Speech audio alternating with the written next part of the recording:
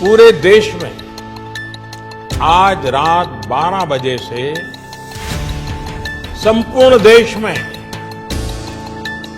संपूर्ण लॉकडाउन होने जा रहा है। तो सुना आपने प्रधानमंत्री नरेंद्र मोदी को, उन्होंने कहा है आज रात 12 बजे से पूरे देश में संपूर्ण लॉकडाउन। हालात ये हैं कि देश में कई जगह सड़कों पर बिहार के मजदूरों को भूखे प्यासे पैदल जाते हुए देखा जा सकता है। जान हथेली पे देख के जा रहे हैं, न पहनने को न खाने को न कुछ। कैसे मर जाऊं, क्या रहूं, क्या खाऊं, कोई सुविधा नहीं तो क्या करूं। तो हम लोग नहीं जाएंगे तो यहाँ मर जाएंगे भूखा प्यासा।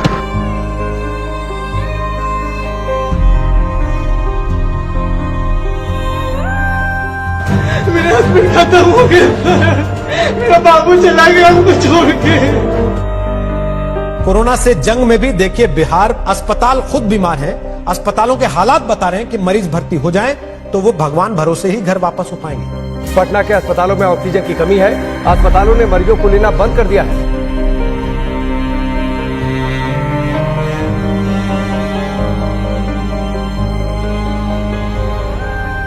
समझ लो ऐसी यादें हैं कि मरते दम तक नहीं भूल पाएंगे। कोविड विश्वव्यापी समस्या थी, संकट आया, सबको कष्ट हुआ, लॉकडाउन हुआ, त्राही त्राही मची, लेकिन पूरे देश में जो दुर्दशा बिहार के लोगों की हुई, लोगों ने बिहार के लोगों को घरों से निकाल दिया।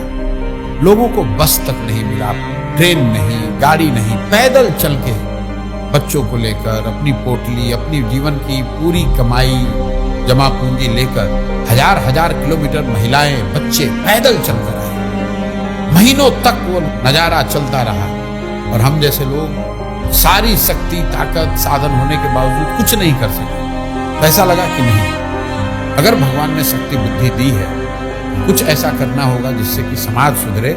नेताओं को जिताते हराते रहने से कुछ नहीं होगा। मेरा मोह भंग हुआ, फिर साल भर अपने लिए रखा, सोचने के लिए, समझने के लिए कि क्या करना है, कैसे करना है, और तय करके जब 2 मई 2022 को मैं आया बिहार में। 2 अक्टूबर से गांधी आश्रम पश्चिम चंपारण से पदयात्रा शुरू करेंगे। हर गांव, हर शहर, हर गली, हर मोहल्ले, हर पंचायत में पहुंचने के लिए पूरे बिहार में एक बार जाने का प्रयास करेंगे। जन सुराज क्या है? ये समाज की मदद से एक नई राजनीतिक व्यवस्था बनाने का प्रयास है। लहरा दो, सरकशी का परचम लहरा दो, गर्दिश में फिर अपनी सरजमी का परचम लहरा दो। पूरे बिहार में 3 बरस पैदल चल के आपके गांव समाज को मत कर आपके बीच से ऐसे आदमी को चुन कर निकालेंगे जिसके पीछे अपना पूरा पैसा, शक्ति, ताकत, बुद्धि सब लगाएंगे और आपके आशीर्वाद से उसको जिता कर लाएंगे।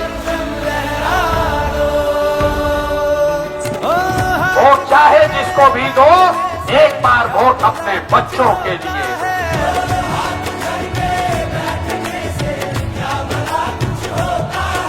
वोट देते समय स्वार्थी बनिए, अपना और अपने बच्चों का हित देखिए।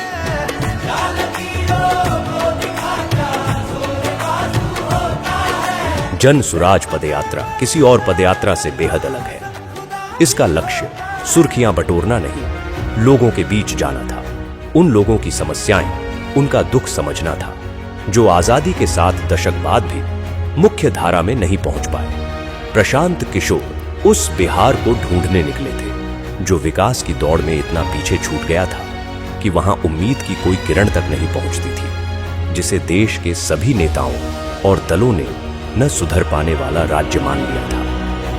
जन सुराज पदयात्रा का कोई समय निर्धारित नहीं है। जब तक एक पंचायत की सभी समस्याओं का पता न चले, अलग अलग समाज और वर्गों के लोगों की मुश्किलों का पता न चले, तब तक प्रशांत किशोर उसी पंचायत में रहते।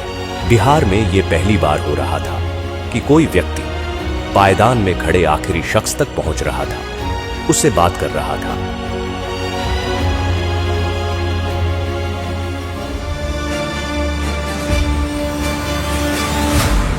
रात में पदयात्रा जहां खत्म होती, वहीं कैंप लगाया जाता। इस कैंप में प्रशांत किशोर 200 से 250 पदयात्रियों के साथ रुकते। न सोने की सही जगह थी, न पीने का साफ पानी। कैंप में सुविधाओं का अभाव था, लेकिन बिहार में बदलाव लाने के हौसले के आगे ये तकलीफें असर नहीं करती थी। सुबह होते ही कैंप में गांव वालों का आना शुरू हो जाता। प्रशांत किशोर उनसे मिलते और उनकी समस्याओं पर बात करते। लोगों को यकीन था कि कोई सुने न सुने, प्रशांत किशोर उनकी आवाज सुनेंगे और उनका दुख दूर करेंगे।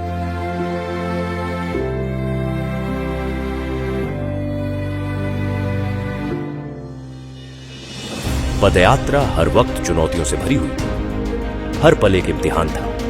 कई सड़कें ऐसी थीं जहां सिर्फ पत्थर नजर आते थे। वहीं कुछ गांव ऐसे थे जहां सड़क पहुंची ही नहीं थी। कभी इतनी बारिश होती कि घुटने तक कीचड़ भर जाता, तो कभी इतनी तेज धूप होती कि 2 कदम चलना भी एक चुनौती बन जाता। लेकिन इन सब के बावजूद प्रशांत किशोर चलते रहे। तेज धूप, कड़ाके की ठंड या मूसलाधार बारिश, हालात कोई हो, प्रशांत किशोर का मनोबल नहीं तोड़ सका। हर दिन प्रशांत किशोर 20 से 25 किलोमीटर पैदल चलते, लोगों से मिलते, छोटे छोटे समूहों में लोगों से बात करते। जो पदयात्रा महज कुछ लोगों के साथ शुरू हुई थी, अब उसमें लोग दूर दूर से आकर जुड़ने लगे।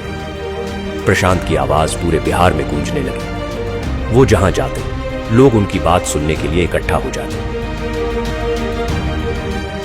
जिस मुखिया को, विधायक को जात और धर्म के नाम पर 500 रुपया और मुर्गा भात के लालच में आप वोट देते हैं, वही आदमी जब जीत कर आता है, आपके हलक में उंगली डाल के 5,000 10,000 रुपया निकालता है और आप बाप बाप चिल्लाते हैं कि भैया बड़ा भ्रष्टाचार।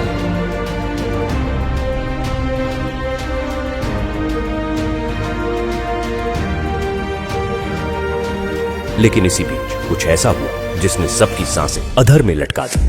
लगातार खराब रास्तों पर रोजाना 20 से 25 किलोमीटर चलने की वजह से प्रशांत किशोर की कुछ मांसपेशियां फट गईं।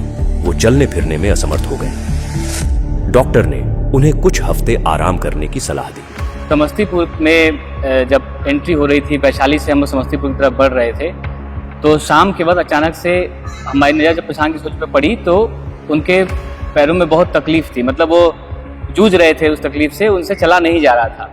और चूंकि वो बहुत संकल्पित थे और जैसा कि सबको पता है वो बहुत जिद्दी आदमी है, 5-6 किलोमीटर का डिस्टेंस अभी और रह गया था। बावजूद इसके कई लोगों ने आके बताया, हम लोगों ने प्रशांत को कहा कि भाई आपसे नहीं चला जा रहा है तो आप किसी गाड़ी पे बैठ जाइए, वहां से हम लोग चलते हैं। लेकिन तब भी उन्होंने उसको किसी तरीके से कंप्लीट किया। शाम को जब पदयात्री आपस में बैठ के बातचीत कर रहे थे तो ये बातचीत चल रही थी, सब मायूस थे और एक बार के लिए लग रहा था कि अब शायद ये पदयात्रा कभी ना चले, जितना तकलीफ में प्रशांत किशोर उस वक्त दिखाई पड़ रहे थे। लेकिन महज कुछ दिनों के बाद ही उतने ही उत्साह के साथ उसी मोरवा ब्लॉक के लरुआ गांव से पदयात्रा फिर से शुरू होती है। तो वहां महिलाएं उनको आशीर्वाद देने के लिए लगातार आए हैं। सबकी आंखों में आंसू है, इमोशनल है। जैसे ही पदयात्रा चलती है, कई लोग उनको गले लगा लेते हैं, कई महिलाएं उनके सर पे हाथ रख देती है उनको आशीर्वाद देने के लिए। बुजुर्ग आके बात करते हैं और गांव में भी एक उत्साह का माहौल होता है कि जिस व्यक्ति को यहीं पे चोट लगी थी वहीं से उनकी शुरुआत हो रही।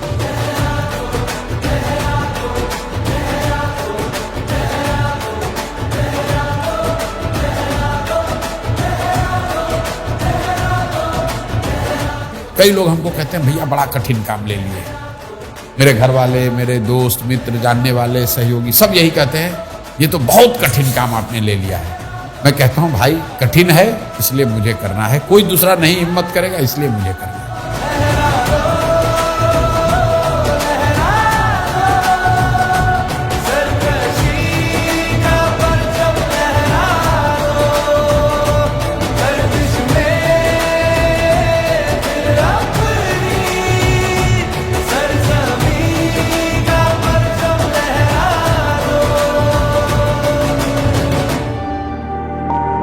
पदयात्रा के दौरान प्रशांत किशोर की पहचान एक नए बिहार से हुई।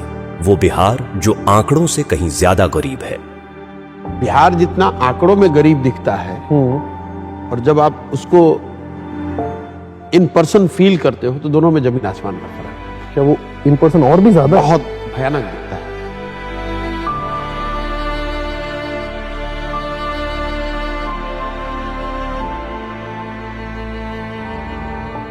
जब आप उसको विजुअली देखते हैं, इंटरैक्ट करते हैं, तो कभी कभी वो मतलब घबराहट से ही होती है, इतनी मतलब घबराहट होती है, यार ये कैसे सुधरेगा, कितना पीछे छूट गए हम लोग।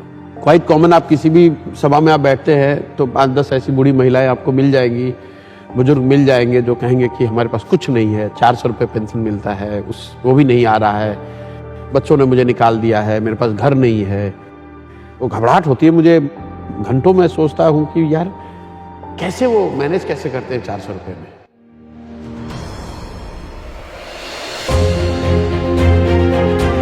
दो सालों की पदयात्रा में प्रशांत किशोर ने लोगों को जागरूक किया, उन्हें अपने वोट की सही ताकत का एहसास करवाया, उन्हें बताया कि उनका और उनके बच्चों का जीवन बदलने का तरीका है सही मुद्दे पर वोट देना। लेकिन हर जगह लोग यही कहते कि उनके पास विकल्प नहीं है। इसके अभाव में हर बार उन्हें न चाहते हुए भी उन्हीं कुछ दलों को वोट देना पड़ता है। इसी सवाल के गर्भ से निकला जन सुराज अभियान को राजनीतिक स्वरूप बनाने का विचार। जन सुराज के 1 करोड़ से ज्यादा संस्थापक सदस्यों के साथ चर्चा की गई, हर बात पर बारीकी से बात की गई और इसके बाद सबकी सहमति से तय हुआ कि इस अभियान को अब राजनीतिक दल का स्वरूप देना जरूरी है ताकि बिहार की विकल्पहीनता खत्म हो। 25 में बिहार में नई व्यवस्था बननी है। आपने हाथ में राखी बांधी है, तब आपका हाथ पकड़ रहे हैं और भरोसा रखिए आपको भी हारने नहीं देंगे। 2025 में जनता का राज बनाए।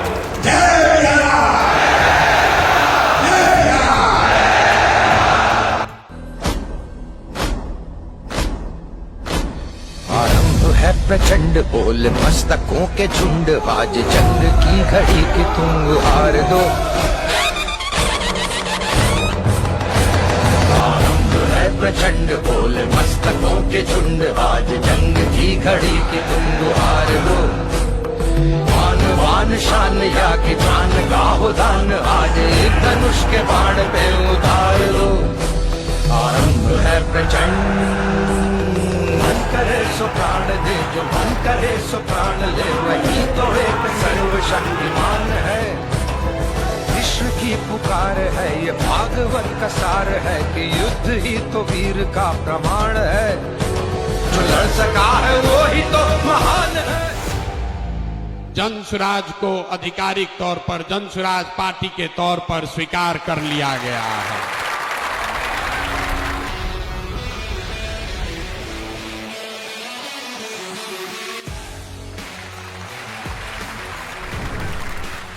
जन सुराज बिहार के युवाओं की जिद है कि जिस बिहार को इस देश के बड़े बड़े दल और नेताओं ने न सुधर पाने वाला राज्य, जातियों में बटा हुआ राज्य मानकर इसके हाल पर छोड़ दिया है, उसको सुधारने का जिम्मा यहाँ के युवाओं ने उठाया है। ये हमारी जिद है। जन सुराज बिहार के युवाओं का संकल्प है कि अगले 10 बरस में देश का सबसे गरीब और पिछड़ा राज्य बिहार, इसको देश के 10 सबसे अग्रणी राज्यों में शामिल कराकर ही दम लिया जाएगा। तो जन सुराज जिद है युवाओं का, जन सुराज हमारा संकल्प है।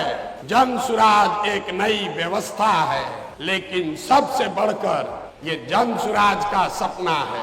अपने जीवन काल में हम लोग ऐसा भी दिन देखना चाहते हैं जब हरियाणा, पंजाब, गुजरात, महाराष्ट्र से लोग बिहार में रोजी रोजगार करने आए, तब मानेंगे कि बिहार में विकास हुआ है। होना चाहिए कि नहीं होना चाहिए? होना चाहिए कि नहीं होना चाहिए?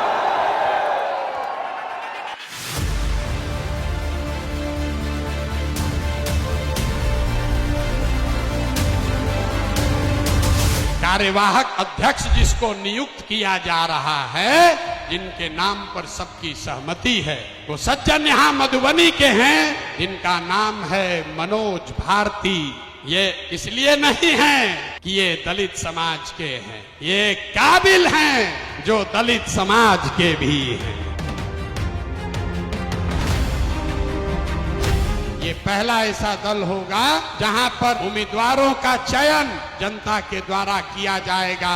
जनसुराज अपने संविधान में लिख रहा है राइट टू रिकॉल। अगर टिकट पाने के बाद, आपका वोट लेने के बाद भ्रष्टाचार चालू किया तो उसका चाबी आपके हाथ में है, 2.5 वर्ष में उसको वापस बुलाया जाएगा। जनसुराज पार्टी का जो आधिकारिक झंडा होगा उसमें महात्मा गांधी के साथ साथ संविधान निर्माता बाबा साहब अम्बेडकर का चित्र भी शामिल किया जा रहा है। कमर कस लीजिए, जंग की शुरुआत ठान दी है, अब हम लोग पीछे हटने वाले नहीं हैं। जय बिहार, जय बिहार, जय बिहार, जय बिहार, जय बिहार। प्रशांत किशोर ने आज अपनी नई पार्टी लॉन्च की। पार्टी का नाम है जन सुराज पार्टी। इस मौके पर पटना के वेटरनरी ग्राउंड में प्रशांत किशोर ने बड़ा कार्यक्रम किया। उन्होंने कहा कि वो बिहारियों के सम्मान के लिए काम करेंगे। पार्टी के झंडे पर बापू और बाबा साहब दोनों की फोटो होगी।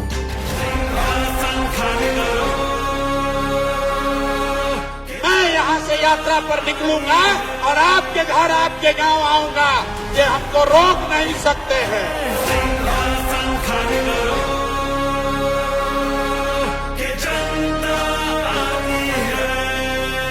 6 महीने के लिए कमर कस लो और अपने इस बेटे, अपने भाई पर भरोसा रखिए।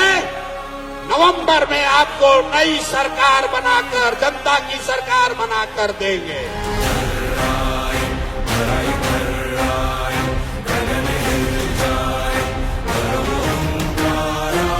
आप हमारे साथ आइए, हमारे साथ आइए और पूरे देश के राजनीति का निडिल घुमाकर अगर बिहार के ओर न कर दिए तो आपका बेटा नहीं।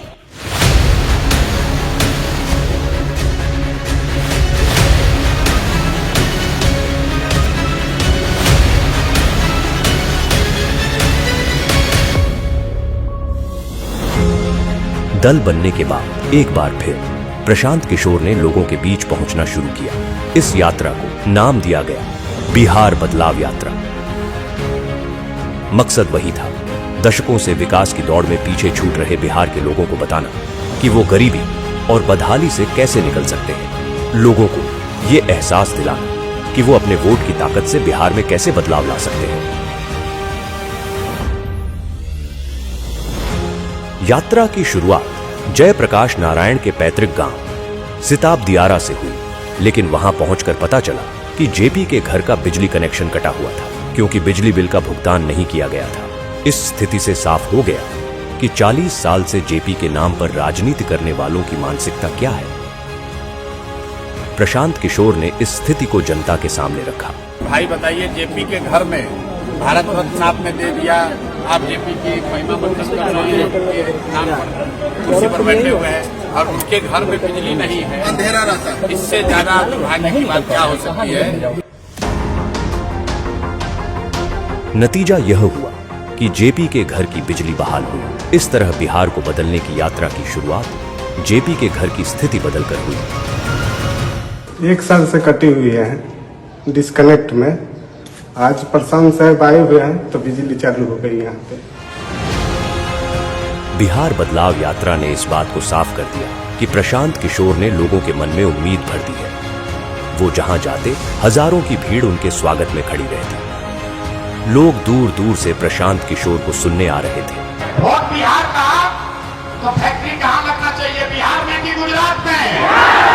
सबको बोलना है, वोट बिहार का तो फैक्ट्री कहाँ लगना चाहिए, बिहार में कि गुजरात में? बिहार में कि गुजरात में?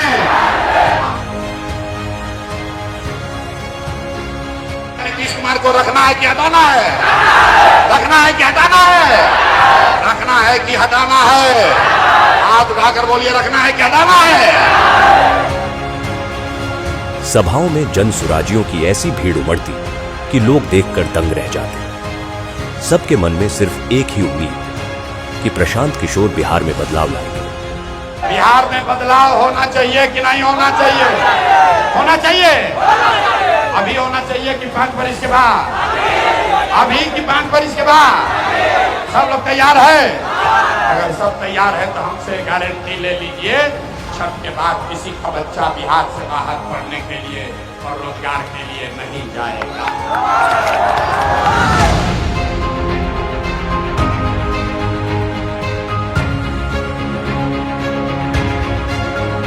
प्रशांत किशोर ने बिहार में इन 3 सालों में जो करके दिखाया है, उसने बिहार की राजनीति की दशा और दिशा दोनों बदल दी है।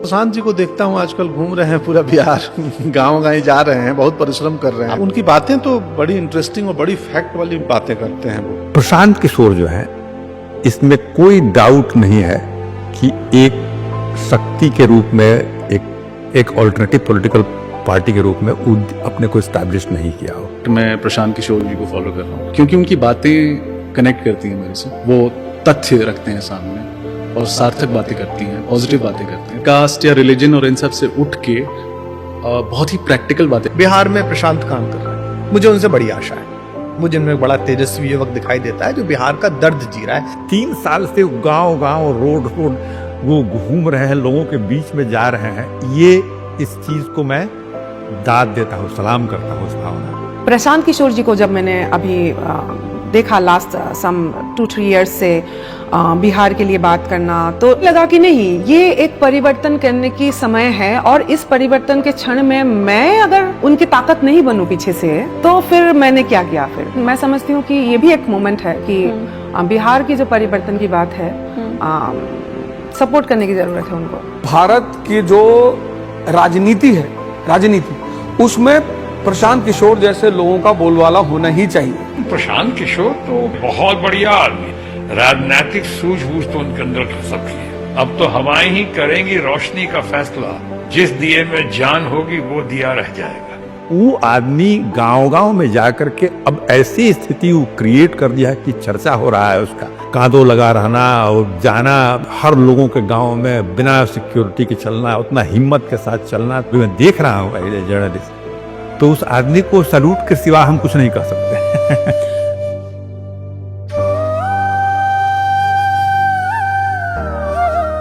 जीवन में मेरे पास जो कुछ भी है वो सब कुछ मैंने इसमें दांव पर लगाया है, अपना सब कुछ झोंका है इस पर, और ये तय करके आए हैं कि चाहे जो भी करना पड़े, किए बगैर मानूंगा नहीं।